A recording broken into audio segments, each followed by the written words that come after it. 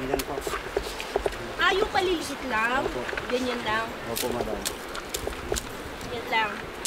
Ganyan po para maipon-ipon po. Iipon-ipunin natin to. Para ipon po. Okay, okay, okay. Ipon. Yan, mag-iipon tayo nito. Okay. Ang tawag dito ay yung tinatawag na dumanay. So, ang kinukuha lang natin yung mga branches. Magtataka siguro kayo bakit kami kailangan pang kumuha nito. Ito po kasi ay mabango at masarap para dun sa mga hipon. So, ilalagay natin ito doon sa tubig. Tapos, natural na lalapit dito yung mga hipon. Tapos, pag nandito na sila, kukunin na natin sila. Smart, ha?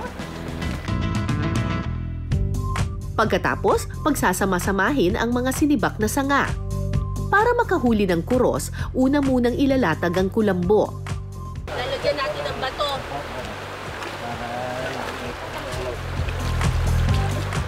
Ganyan lang. Ganyan lang, madam. Pagkatapos, ilalagay na ang bungkus ng sanga na aming nakuha.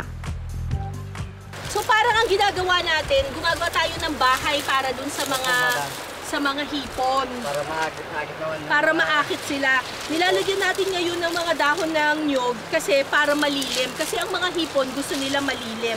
Kapag masyadong mainit, ayaw nila. So ito yung parang bubong ng kanilang bahay-bahayan. Pero ang totoo, bukas kukunin din natin sila.